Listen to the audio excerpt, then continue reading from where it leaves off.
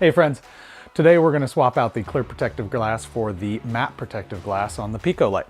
First off, as always, we're going to make sure the light is unplugged from a power source so that we don't run the risk of getting flashed or hurting ourselves or the equipment.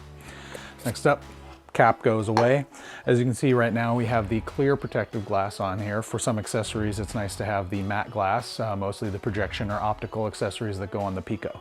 So to get started, we're going to tilt this upright. I do like to work with the light on a stand while I'm doing this. It gives both hands available. I'm wearing gloves so that I don't transition oils from my fingers onto the clear protective glass. And we're gonna get going here. All right, there's a spring, retention spring that holds the glass in there. And we're going to squeeze that and pull it out.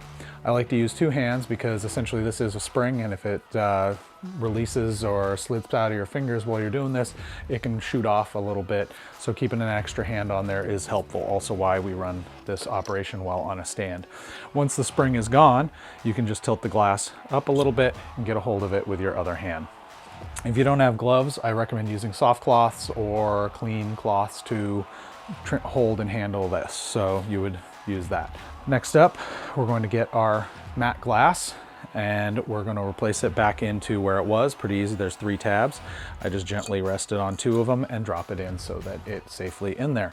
Again, we're going to take our spring clamp, we're going to squeeze it, and then with the other hand for security, slide it in underneath that lip. And then we've done that. Now you are ready to go work.